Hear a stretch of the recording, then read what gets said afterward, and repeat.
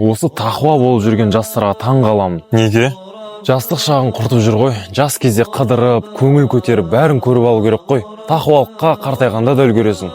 Ал қартайғанша өмір сүретінген кепілдік бар ма? Көп адам кейін тәубе етемін, кейін намаз бастаймын деп ойлайды. Бірақ өлімнің қашан келетінін ешкім білмейді. Ешбір жан ертең не табатынын білмейді. Сондай-ақ ешбір жан қай жерде өлетінін де білмейді. Оның үстіне Алла үшін ең қиын кезеңдердің бірі адамның жастық шағы.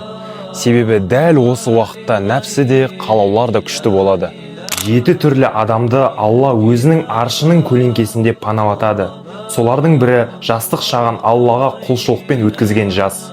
Сонда жастық шақтың ең үлкен жетістігі бәрін көріп үлгеру емес пе? Жоқ, нағыз жетістік нәпсін қалағанның бәрін жасау емес, оны Алла разылығы үшін басқара білу. Ал кім Раббысының алдында тұрудан қорқып, нәпсісін тыя білсе, оның барар орны жәннат. Жастық шақ күнәні кейінге қалдыру үшін емес, жәннатқа жақындау үшін берілген ең қымбат мүмкіндік.